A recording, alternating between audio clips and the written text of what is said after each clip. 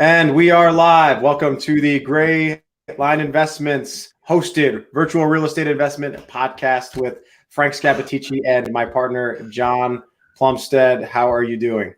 I'm doing well, Frank. That was a little rough of an intro. We're trading roles a little bit today. I still love you, but we might need to practice that a couple times. Yeah, so, okay, what was wrong with the intro? Like that's you gotta have energy, baby. Welcome.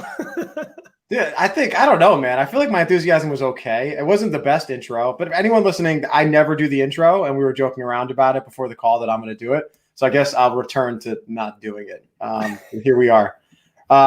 We're also up early today. We're up. This is 7 a.m., which we usually do this in the afternoons, but we decided to switch it up this week. So did you have your workout in? Like how'd the morning start for you before we get going? No, I was supposed to have my PT test this week, and then it got canceled and pushed to next week. So, when your PT test gets canceled, you should still go to the gym and get your workout in. But I didn't. I was lazy this morning, had a lazy morning with the kids drinking coffee. So it was a good morning, but no workout. What about you, man?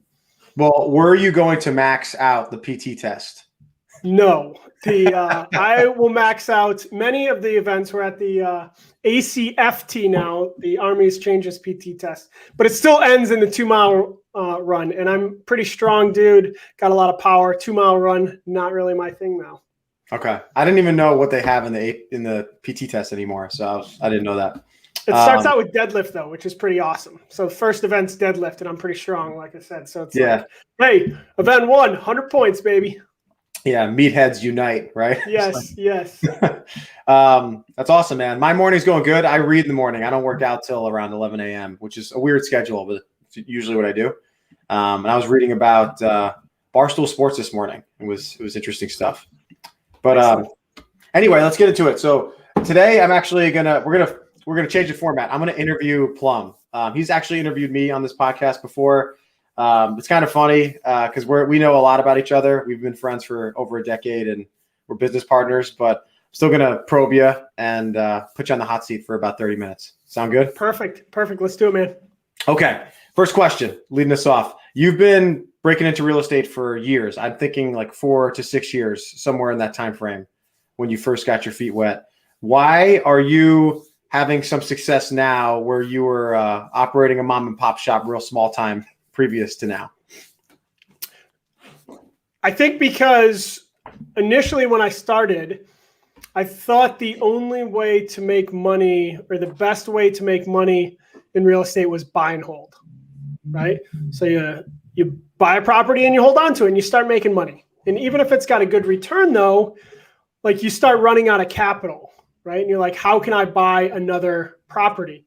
And then I started partnering with people and I'd buy more buy and hold properties.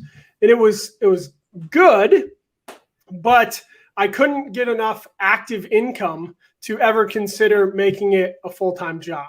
And then as we started thinking about it, we said, okay, let's try to BRRRR invest so we can pull out some of that equity. And that kind of led us to wholesaling and flipping. And basically what I'm getting at is I think now we found a business model where we can make a good chunk of money in the long term, but it also gives us short-term active income. So we could consider being full-time real estate investors as opposed to doing it as a side hustle. And I think it takes a lot of work to make a lot of money in the short term with real estate, but I think it can be done. I think that's part of the code that we've kind of cracked in the last year. Yeah. Wholesaling definitely is an entryway to quick cash, right? It's probably the fastest way to make 10 to 30 grand in a month in real estate, I think. But I'll challenge that, right? Now that you know how to find deals like a wholesaler, if you went back to being a buy and hold investor, could you actually do it faster? Like, could you actually have it both ways? Could you be long-term and quit your job in a year? Do you think it's possible? Yes, I would focus on BRRRR investing though, meaning, BRRRR is BRRRR, buy, rent, refinance. No, buy, rehab, rent. Rehab. Yeah. Buy, rehab, rent, refinance, repeat, right? But the gist of that is you get a property at 70% of value, you refinance it at 80% of value, and you can collect that 10% difference. So that would give you some active income to keep it going. So yes, I would try to find great deals, but then I would use the burst strategy to keep assets long-term, but also get some short-term cash. Loaded question. Can someone find a deal like that if they're not doing direct-to-seller marketing in today's market? Yes. Let's say San Antonio, in a city that people are familiar with. Yeah, I think you can do it anywhere. Can you do it consistently? Can you do it at volume or at scale? It's probably not, right?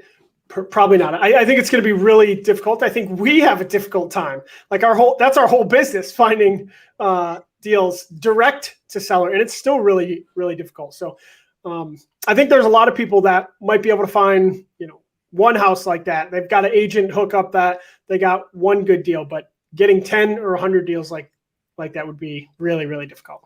Yeah. Can you actually explain why, for those that maybe don't buy a ton of wholesale deals or do it themselves, like why it's so difficult right now?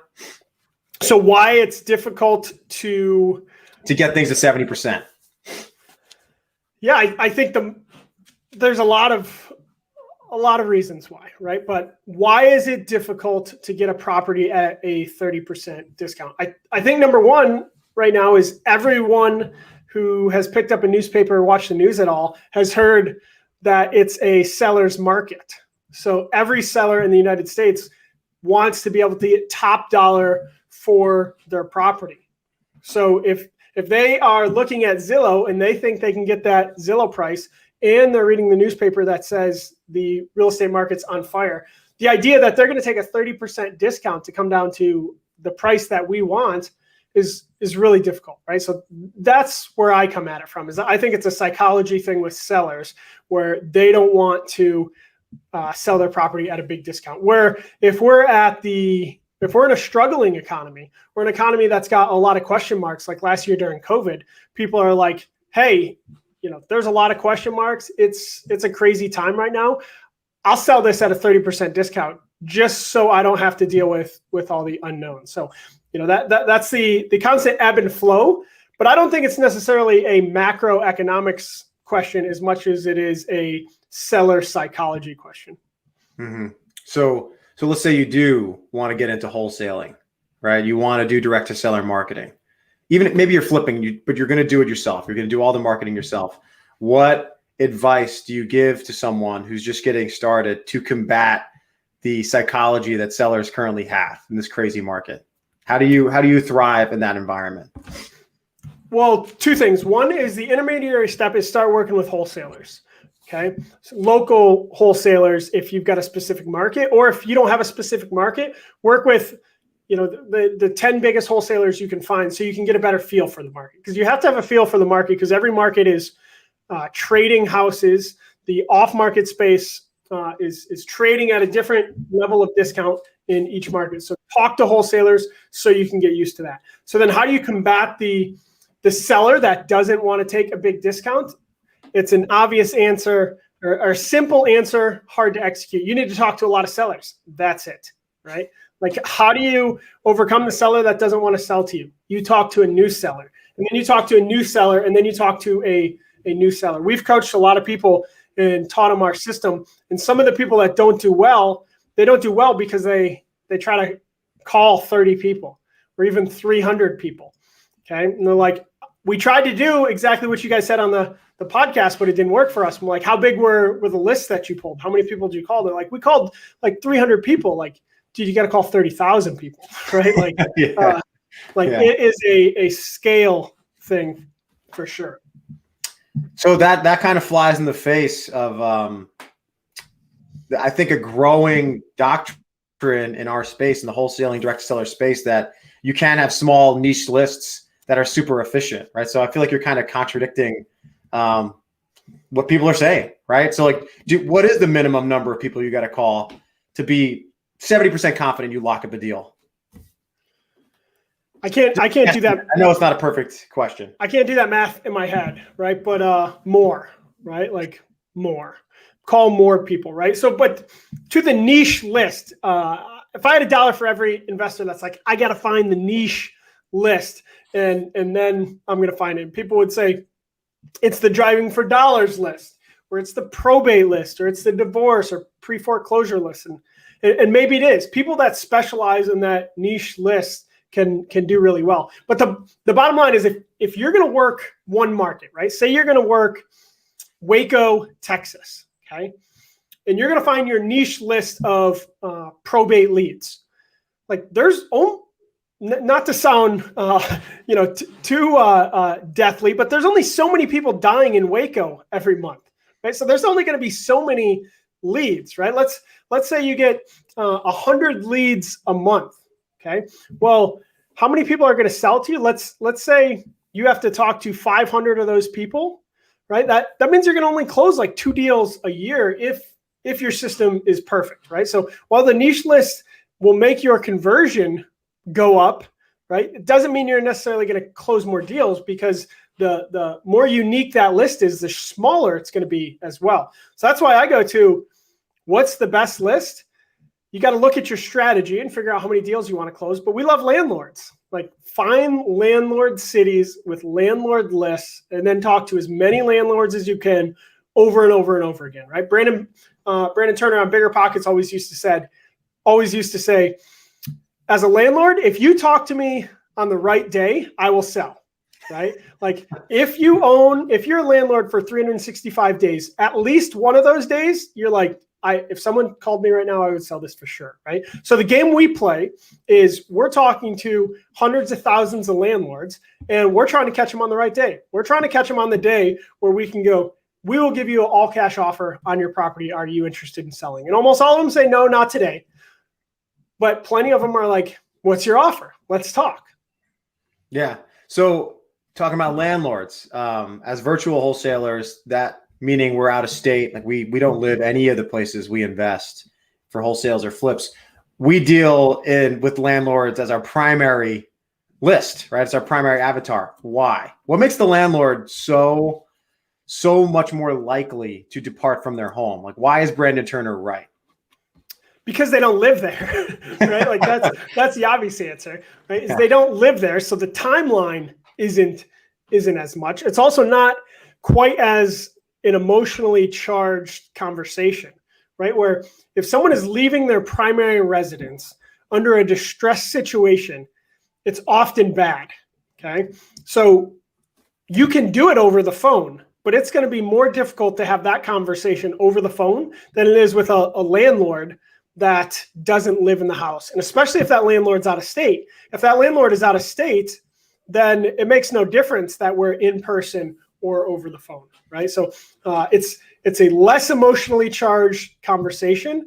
And then I think oftentimes landlords are just going to be more comfortable talking over the phone than someone who's going through a tough situation, trying to leave their primary residence, trying to figure out the timeline of getting out of there and the timeline of closing. So, dude, I love that. It's when you're dealing with an out-of-state landlord, the local flipper wholesaler's advantage is completely mitigated, right?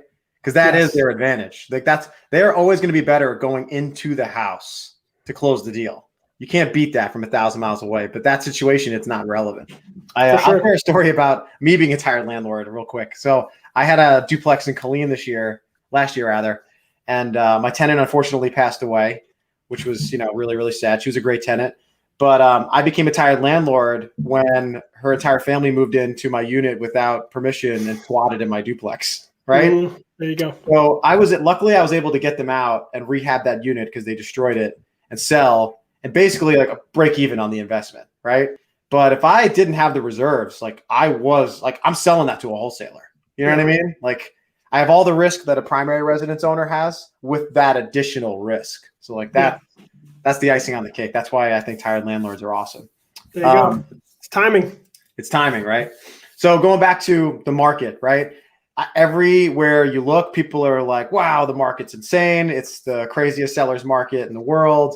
What is your opinion going through 2021 and into 2022? Like, how long does this continue? How long are we in this environment where houses are just flying off the shelf?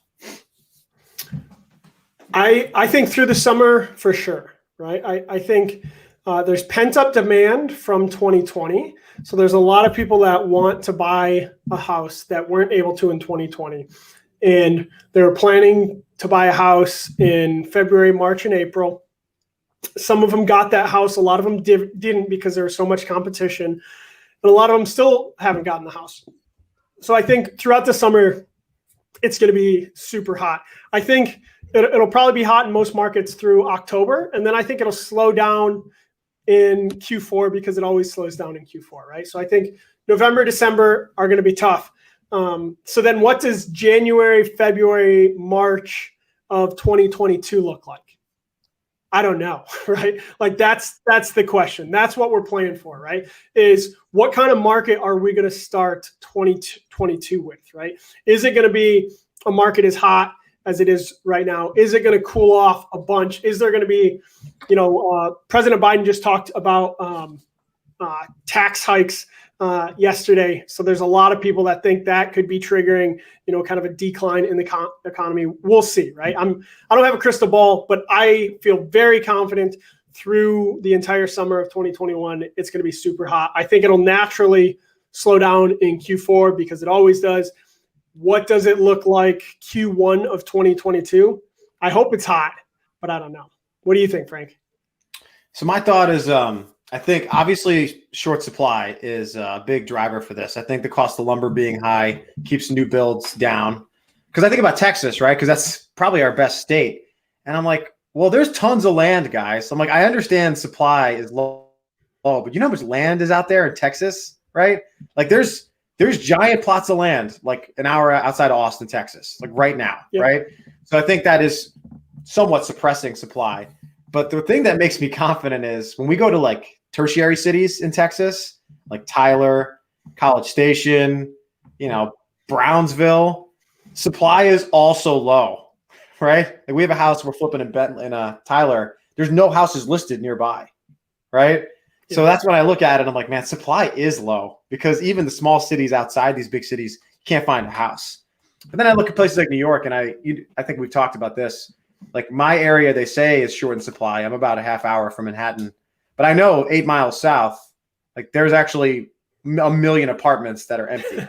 Yeah. I'm like, okay, that's a bubble, But I look at the southeastern Texas, and I think they're going to do well for the foreseeable future. So that's my 2 cents. I think it's one of those things where we talk about when it's raining gold outside, don't go outside with a thimble, go outside with a bucket.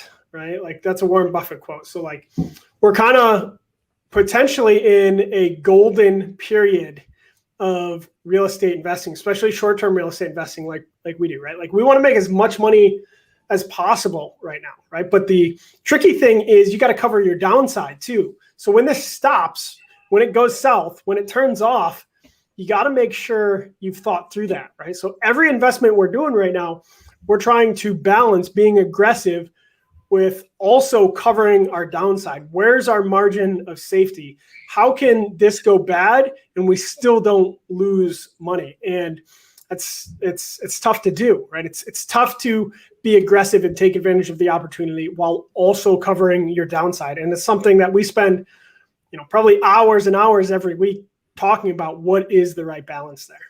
So I love that. I'm going to have 2 questions. First one, we are becoming more aggressive, to your point. What does that actually mean? What does that look like? When a wholesaler or flipper becomes more aggressive, explain in business terms, like how that's actually changing our operation. What are we doing differently? Yeah, so the 2 things we're doing is, number 1 is in 2020, we'll call it 75% wholesale, 25% flipping ourselves. And we've basically flipped that, and we're looking to flip 75% and wholesale 25%. Okay, so we're trying to do more flips. That is more risky, right? Because we're going to hold a property longer. When we hold it longer, the market could move while we're holding it. Introducing rehab, when we're in charge of the whole rehab, anyone who's ever rehabbed a house, that's a lot of variables you're introducing. Things can go wrong, right? So that is one way we're increasing our risk. And the other way is we're just spending more on houses, where maybe a year ago, our max allowable offer, the max price we would pay for a house might be 70%. Now we're going to 75%. Okay. Why are we going to 75%? Well, one is properties are selling for over what they're worth right now. Okay. So it might still be 70%, but we would say the comps prove this house is worth 100% and it's selling for 105%, 110%. So there's some wonky math there that kind of helps us out. But there's also just the market is on fire and it's competitive. So margins are getting smaller. In theory, we're not making as much off each deal because there's so much competition. So those are the two ways we're increasing our risk, is we're paying slightly more for deals and then we're flipping more. I think it's the right decision, right? I think we can do both of those things and still be conservative and still have a margin of safety, but it's something we have to think about. We can pay 75% for a deal, but we can't pay 90% for a deal. We can do flips, right? But we can't do flips where our margin would only be a $7,000 take home, or we can't do a flip where it would be $150,000 rehab. Yeah. Well, it's also the risk is also tied to how you fund the deals, right? Which the concept of leverage. So explain that, right? Like what is our thought process on leverage right now? So by leverage, we're using hard money, right? We had Samir Patel, Trophy Point Investments on. He's our main lender, and it is short-term money. So what does that mean?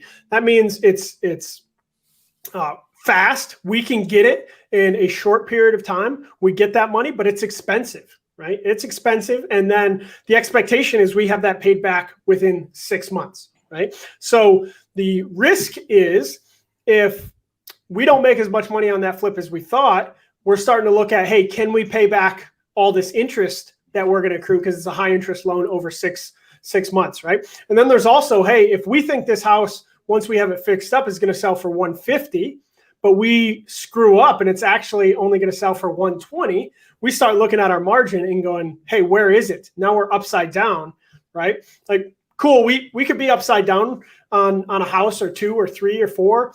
We could probably be upside down on 10 houses and be fine. But there's a number where we go bankrupt, right? There's a number where we can sustain maybe $100,000 loss. Can we sustain $1 million loss? No, absolutely not. We're not a mature enough company. So we need to think through all those variables, and it can be stressful and anxiety producing. But we have to think of, how can we cover our downside while also taking advantage of the current economic conditions? And it's not a perfect formula, right?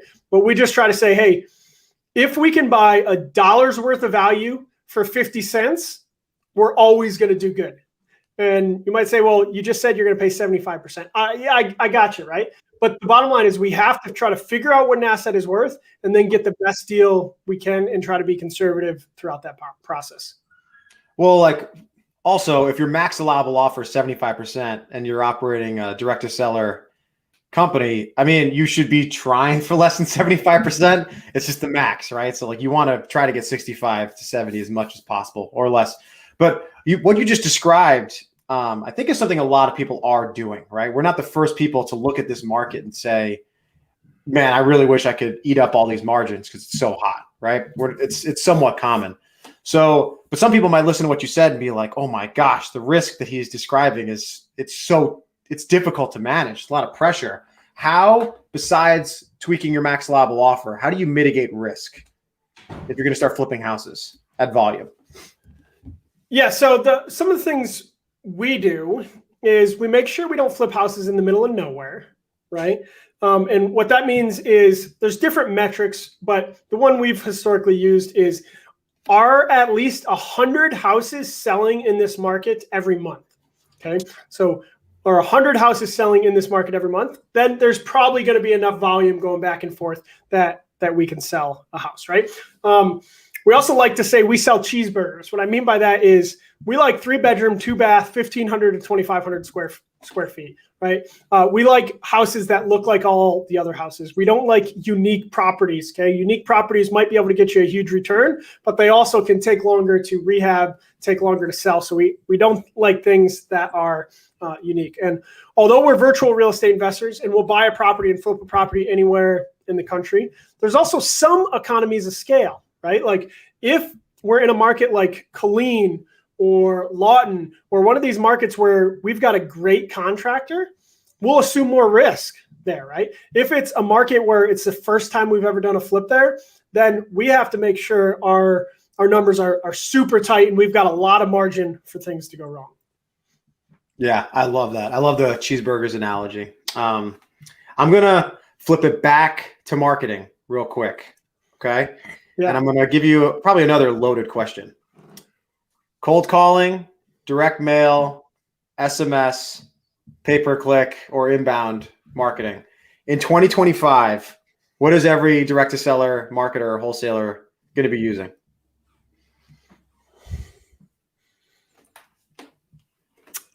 All of them, right? But I think if I was going to place a bet on any of those, I would say direct mail. Okay. Why? Because I don't think the postal service is going to go out of business, or at least the function of the postal service isn't going to go out of business. Well, postal service is struggling right now. Yes, right. They might actually go out of business, but they'll get a bailout or something, right? But that's the one space that I don't think is going to be disrupted, right? If we look at text messages, okay, we might not have a company if it wasn't for Lead Sherpa in text messaging. Okay, we built our company in 2020, text messages in Lead Sherpa. Text messaging, it's not dead, but it's about to be dead. Like within a couple months, text messaging could be dead. The long story short there is carriers like AT&T are figuring out ways to identify when these software platforms are sending hundreds and hundreds of texts and they're just blocking them. So they're just not going through. They're just getting smart, okay? So then we got cold call. I love cold call. And it seems like it's good to go right now. It seems like it should continue. But I could see the same thing happening with cold calling. Some of us on our phones right now are, when you get a scam call on my iPhone, it says scam likely, right? So like that's already happening. And we've got over 15 callers. Our numbers are going bad faster. What does that mean? We're calling on a number and we've got number scores. And at a certain point, we can tell that the carrier has now marked that number as a scam number. So we have to buy new phone numbers all the time. Okay. So that little cat and mouse game will probably continue. And at a certain point, the carriers may figure out a way to stop the majority of those, right? So now instead of calling with multiple lines like we do, like right now, if we hit call, it might be calling 3 people at the same time, right? Instead of calling with multiple lines, maybe we got to call with one line, right? And maybe the efficiency of cold calling just slows down. If we look at pay-per-click, like Google ads, Facebook ads, YouTube ads, I don't want to put all those in the same bucket, but I will put all those in the same bucket.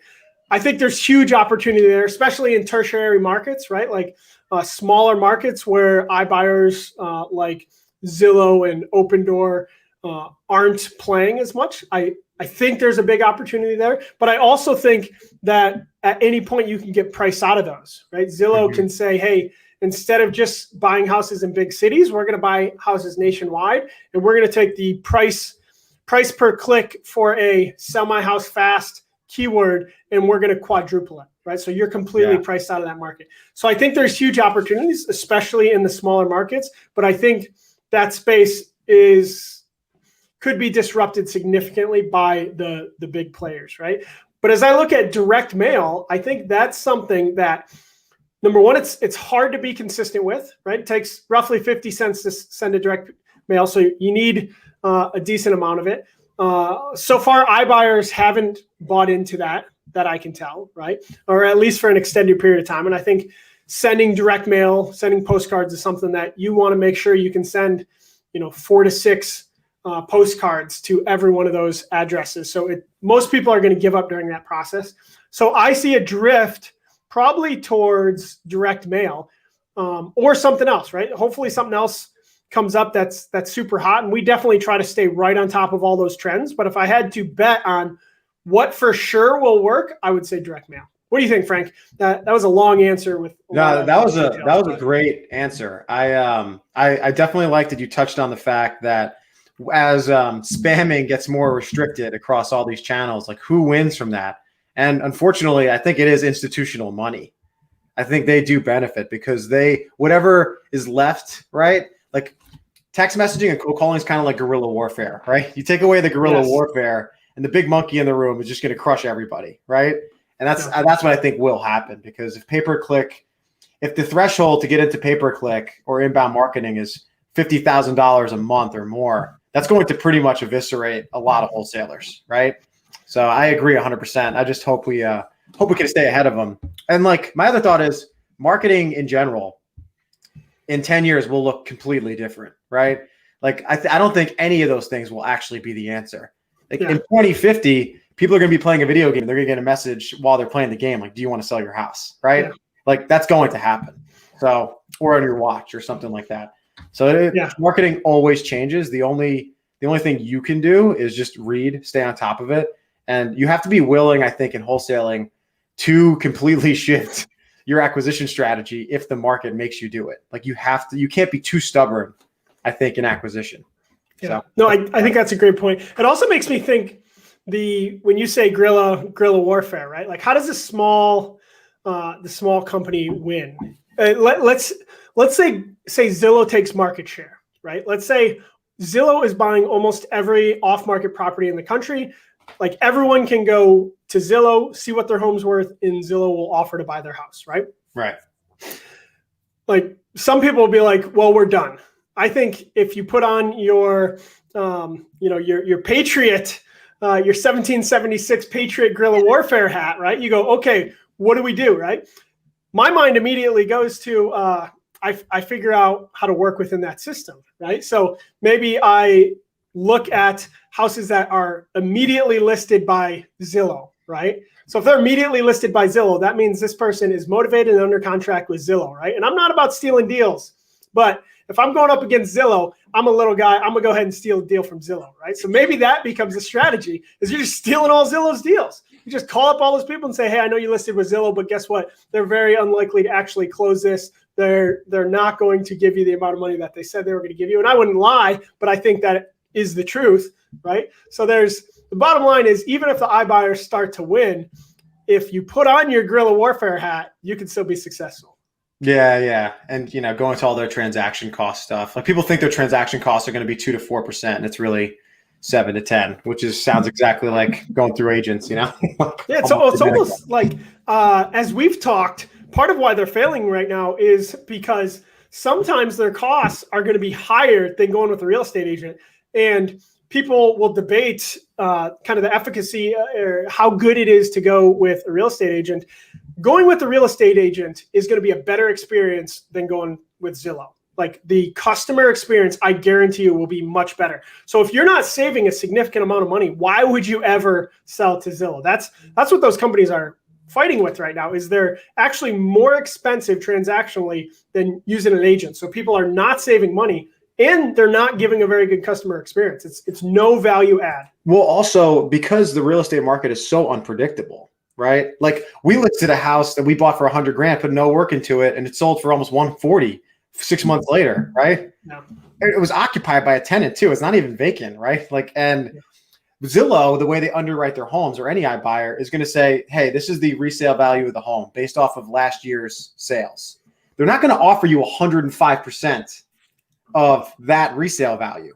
But right now in a seller's market, in the markets they're particularly operating in, like Phoenix, Austin, San Antonio, you are going to get 105, 110% of last year's ARV or resale value. So as a seller, I'm like, unless you're a distressed seller right now, that house needs to hit the open market. Yes. If you're not distressed, it hits the open market, period. There's no other way to say it. I agree, for sure. Okay, so let's pivot a little bit. You're a big reader, right? You got a routine where you educate yourself. How do you manage your schedule with all your kids and your Army commitment, your other job? Like, tell us about your routine, and then I'll ask you some more questions about what you're reading and stuff. Yeah, I think it is kind of systematizing my days and my weeks, right? Like I'm a full-time Army officer, and I'm a full-time real estate investor, and I'm a full-time dad and a full-time husband, and I got to find time for myself, right? So I do the same thing every day, basically, right? I wake up at 5 a.m. Most days I work out from 5:30 till 7. Then I spend time with the kids from 7 to 8. Then I work Army stuff kind of 8 to 5. And then I do real estate stuff, from 5 till almost bedtime, right? So right now, my weeks, I would say I'm not a great dad and I'm not a great husband, right? But I'm trying to sacrifice time to be the best Army officer and to be the best real estate investor I can be. But then on the weekends, I unplug a lot from both the Army and from real estate investing, and really try to go mountain biking, have tons of fun, go outside, play with the kids, go camping, do whatever, right? But I try to stay super, super regimented during the week so I could absolutely crush my goals during the week. And then on the weekend, I really try to maximize family time as much as possible. Yeah, it's hard to do. What you're describing probably sounds to a listener like a pretty stressful life. How do you manage the stress of working in real estate? Because it is very stressful. So how do you manage it?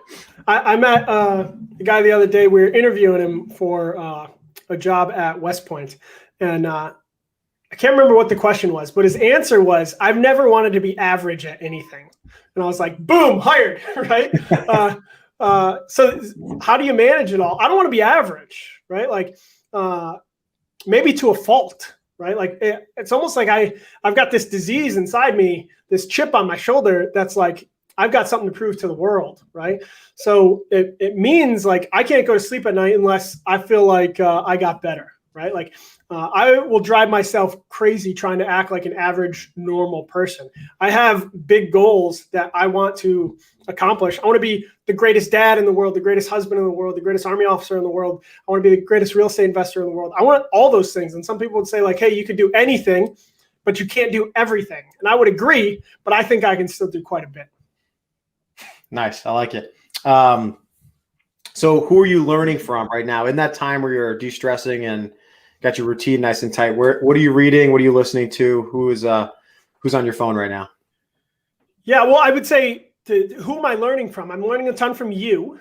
Okay. I think that's why we're such a good partnership is we'll call each other on our BS, right? Like some people I think from the outside looking in would say, seems like you and Frank make fast decisions and they're not always thought through. And I'm like, well, what you didn't see is the 2-hour phone conversation where Frank and I challenged each other and argued back and forth and debated and tried to red team, play the opposition and tear all these ideas apart, right? So I think that's part of what's special about our relationship.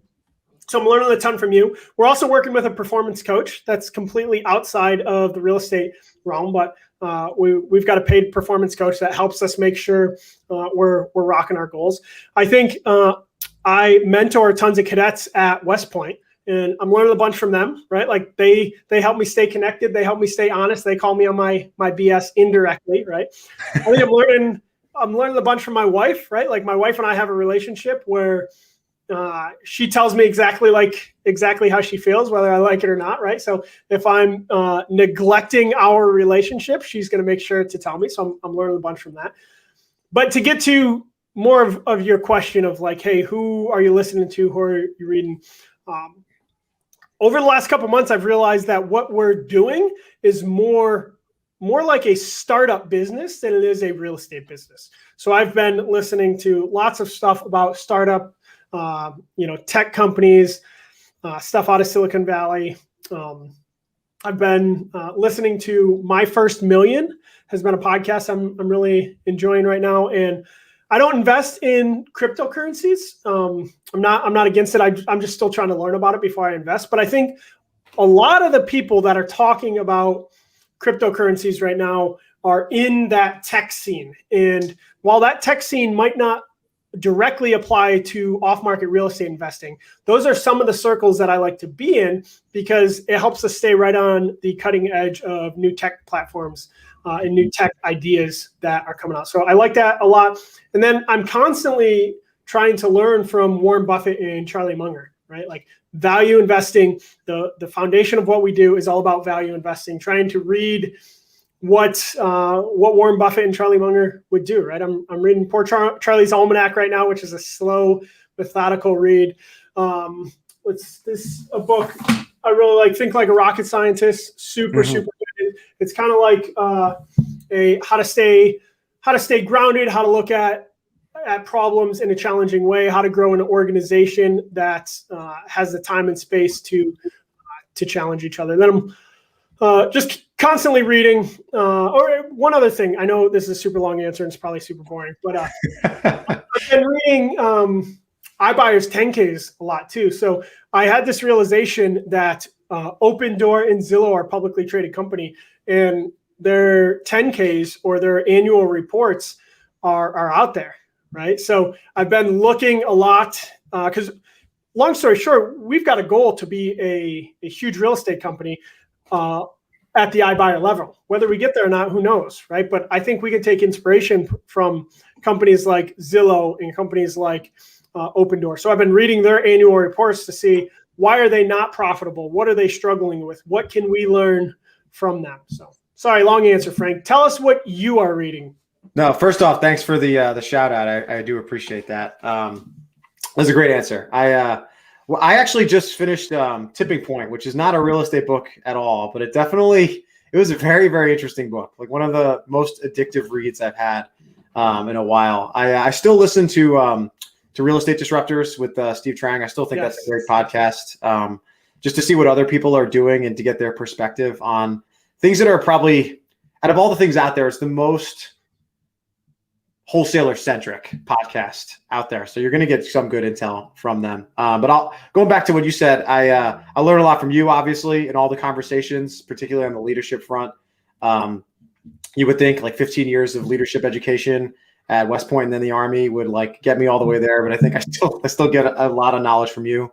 And I'm also learning a lot right now. My wife is starting a company. She's actually going to have her pre-ordering for a product open, I think May 1st. So excellent. You going to throw the plug? Give her some marketing. We'll charge her ad dollars later.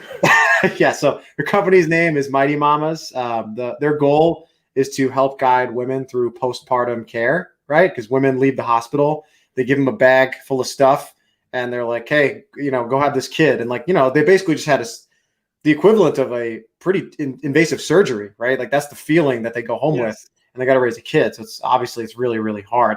So the whole idea is there's a community. They can give you a product that's got everything you need that the hospital doesn't give you. So you can take care of yourself. So you can take care of your baby and your family. So that's essentially their product. They're going to ship out their first boxes. Their goal is to have pre-orders done or open May 1st. And then by Mother's Day, they're ready to ship, right? So it's, and they're trying to build a community too of moms that can talk to each other on social media. And yeah, man, it's awesome. Like she's going through the initial hustle of starting a company, and you learn a lot by talking to her about it, because that's the most challenging, but also exciting time. For sure. Awesome. Yeah. So it's pretty cool. Yeah. But yeah, that's what I'm learning from right now. Okay. Excellent. I don't have any other scripted questions. Okay. Do you have anything you want to cover? If not, I'm out. Okay, so let me do our commercial. Okay? Sure. And then I don't want to give everything away, but I want to hint towards some of the content that we're going to start putting out. Okay, so you think of how you want to tease that some, and I'll do our commercials. Is that a deal? And then we'll wrap it up. So anyone listening, give us another 90 seconds, and we'll be rounds complete. Cool. Deal. You go. You said you were going first. Here is the commercial. The real estate market is super hot right now. Some would say it's on fire. What does that mean? That means we are buying all over the place. We like deals in Texas and the Southeast United States, but we will buy deals anywhere. If you have a deal that you want to joint venture, partner up on, if you want us to dispo it, if you want us to buy it from you, please hit us up. Our email address is deals@graylineinvestments.com, GRAY, graylineinvestments.com.